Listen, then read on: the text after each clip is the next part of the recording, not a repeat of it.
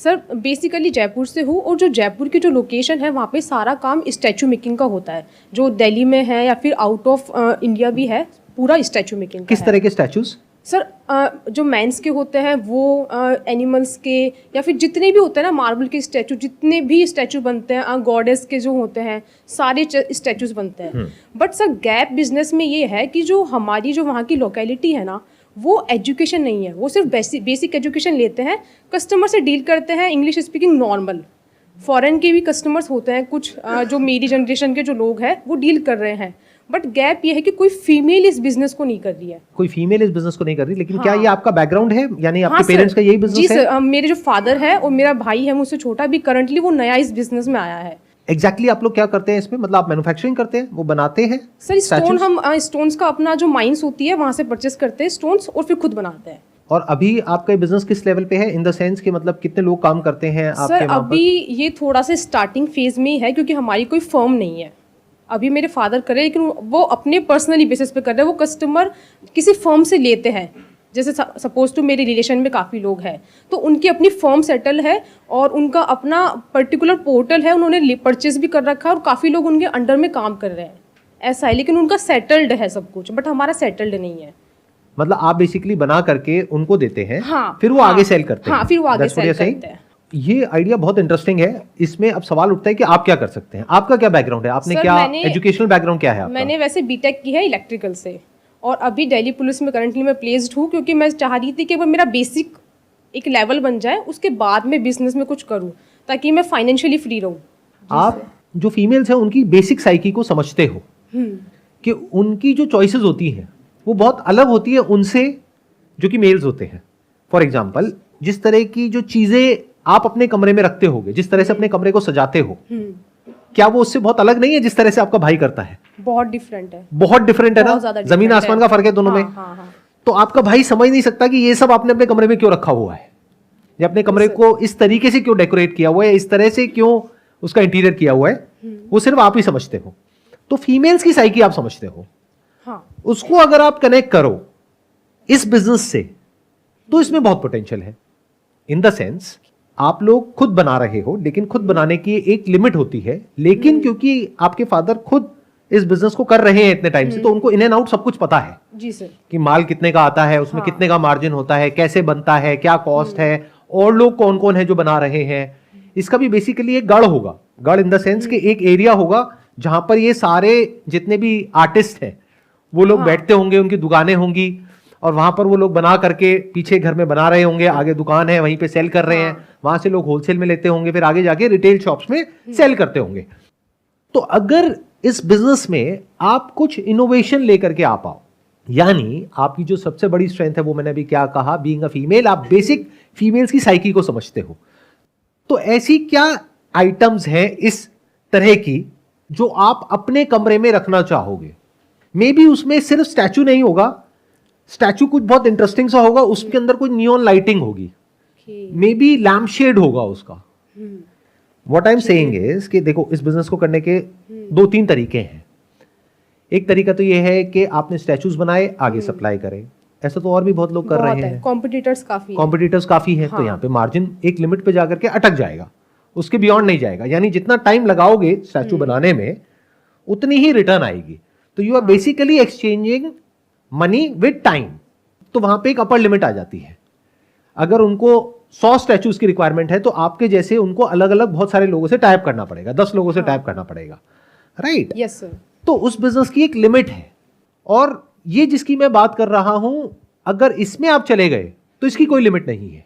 और ऐसे स्टैचू शायद अवेलेबल भी ना हो। Exactly, that's what I am saying कि देखो बेसिकली क्या है, मैंने कहा ना, इस बिजनेस को करने के कई तरीके हैं। एक तो तरीका ये है जैसे अभी आप लोग कर रहे हो, यानी कि स्टैचूज बना रहे हो, आगे लोगों को दे रहे हो, वो आगे सेल कर रहे हैं। एक तरीका ये है। दूसरा तरीका क्या है कि आप जो स्टैचूज ऑलरेडी बन रहे हैं वो वहां से लो और ऑनलाइन सेल करो। वो भी बहुत लोग कर रहे हैं, उसमें कुछ भी नया नहीं है, कॉमन है। आप किसी भी मार्केट प्लेस पे जाओ, आपको बहुत कुछ दिख जाएगा।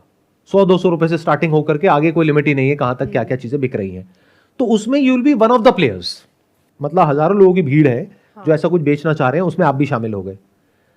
हजारों लोगों की भीड़ है जो बना रहे हैं, उसमें आप भी शामिल हो गए। तो उसमें अलग क्या है? बिजनेस में हम लोग ज्यादातर ऐसे ही एक्ट करते हैं कि जो सब कर रहे होते हैं हम भी उसमें शामिल हो जाते हैं, वहीं पे गड़बड़ हो जाती है। अब सवाल उठता है कि अगर आप कुछ ऐसा कर पाओ जो और कोई नहीं कर रहा है, और जो करना कोई बहुत मुश्किल नहीं है, क्योंकि आपके फादर खुद एक आर्टिस्ट है, आई होप कि वो खुद एक आर्टिस्ट है, Yes, राइट? sir. हाँ, तो वो आगे से काम तो बड़े आसानी से करवा सकते हैं कि यानी कि अगर एक प्रोडक्ट की डिमांड आ जाए और अगर उस प्रोडक्ट के 1000 पीसेस बनवाने हैं तो वो आपके फादर के लिए कोई बहुत बड़ी बात नहीं है, उनको पता है कहां से बनवाने हैं, कैसे बनवाने हैं। अब ये जो प्रोडक्ट है ये अपने आप में यूनिक है, इसकी अच्छी सी पैकेजिंग कर दो, इसको अच्छा सा कोई ब्रांड नेम दे दो कि इस पर्टिकुलर कंपनी के स्टैचूज हैं, और फिर जो मार्केट प्लेसेस हैं ऑनलाइन वहां पर जा करके अपने आप को इस तरीके से पोजीशन करो कि ऐसा कुछ कोई और नहीं कर रहा है। अब ऐसा कुछ करने में औरों को टाइम लगेगा, हाँ, कॉपी करने में टाइम कॉपी तो होता है बट कॉपी करने में टाइम लगता है। जब तक वो उसको कॉपी करेंगे तब तक आप कुछ और कर दोगे, प्लस आपका एक ब्रांड नेम एस्टैब्लिश हो जाएगा, तब तक हो जाएगा, तब तक हो जाएगा। क्योंकि ये मुश्किल रास्ता है, देखो ध्यान से समझो।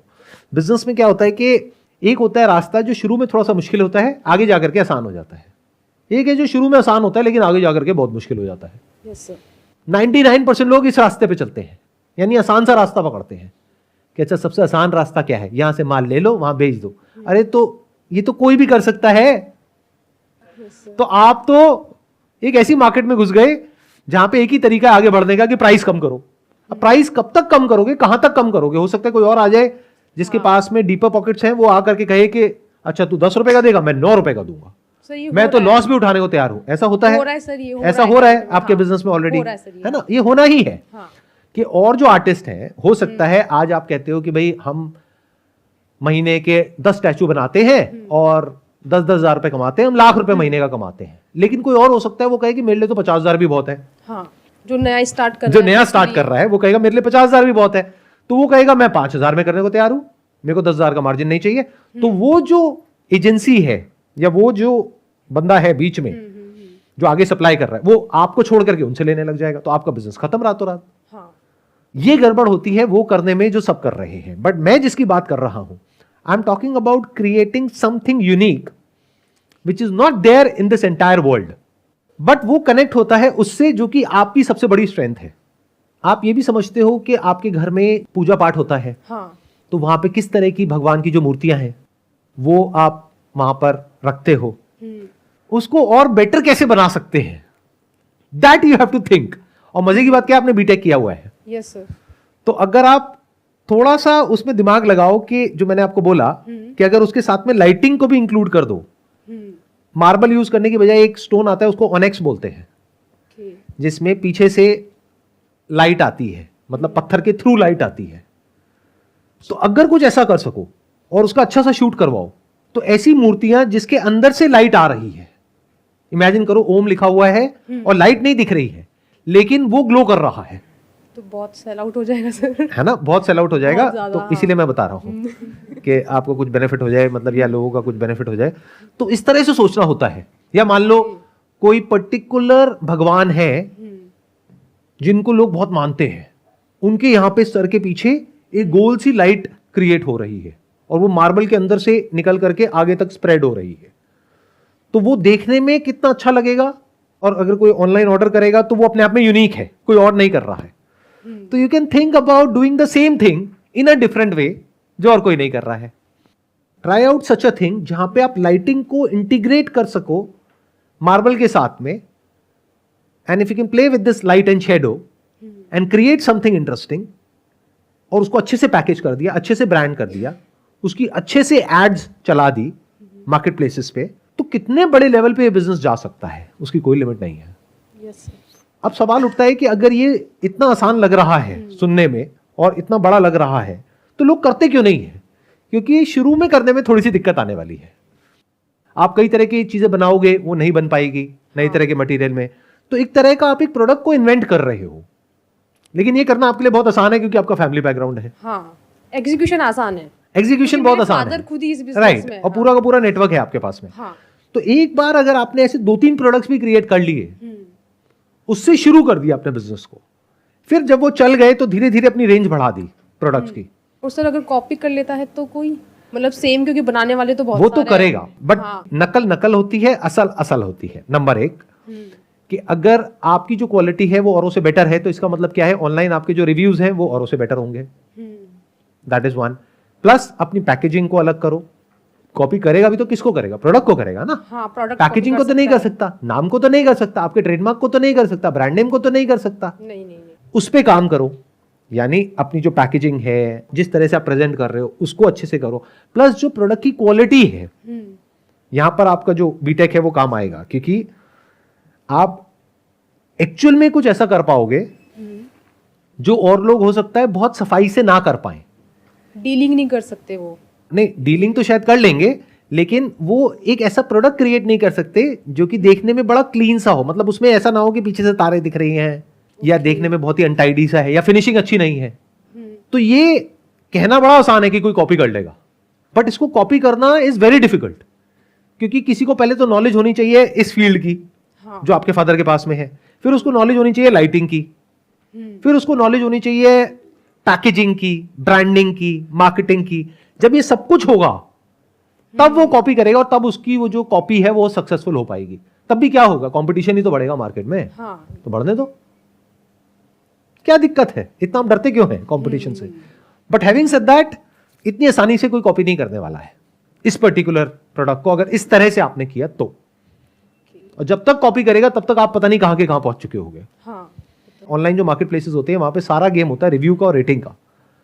तो जब तक कोई कॉपी करेगा, मान लो 3 महीने में, 6 महीने में, तो 6 महीने में हो सकता है आपके पास में रेटिंग है 4.8 स्टार और रिव्यूज है मान लो 500। आज वो शुरू कर रहा है तो बेचारा कहीं दिखेगा ही नहीं, उसका प्रोडक्ट ही नहीं दिखेगा। जब दिखेगा नहीं तो बिकेगा नहीं। आपके ब्रांड पे, आपके प्रोडक्ट पे ट्रस्ट ज्यादा होगा क्योंकि उस पर रिव्यूज ज्यादा है। आपको मेंटली प्रिपेयर्ड रहना है कि कभी ना कभी तो कोई ना कोई कॉपी करेगा। हाँ। तो उससे कोई फर्क नहीं पड़ता है। मेरे को दुनिया में एक भी ऐसा प्रोडक्ट बता दो जिसकी कोई कॉपी मार्केट में अवेलेबल नहीं है। क्या ऐसा कोई भी आइडिया है, कोई भी प्रोडक्ट है, कोई भी सर्विस है जो अकेला एक ही इंसान कर रहा है पूरी दुनिया में और कोई कर ही नहीं रहा है? सब कर रहे हैं, अपने अपने तरीकों से कर रहे हैं। तो your way has to be different from everyone else. इस डर से कि कहीं कोई कॉपी ना कर ले, आप अगर शुरू ही ना करो, तो ये कहां की समझदारी है।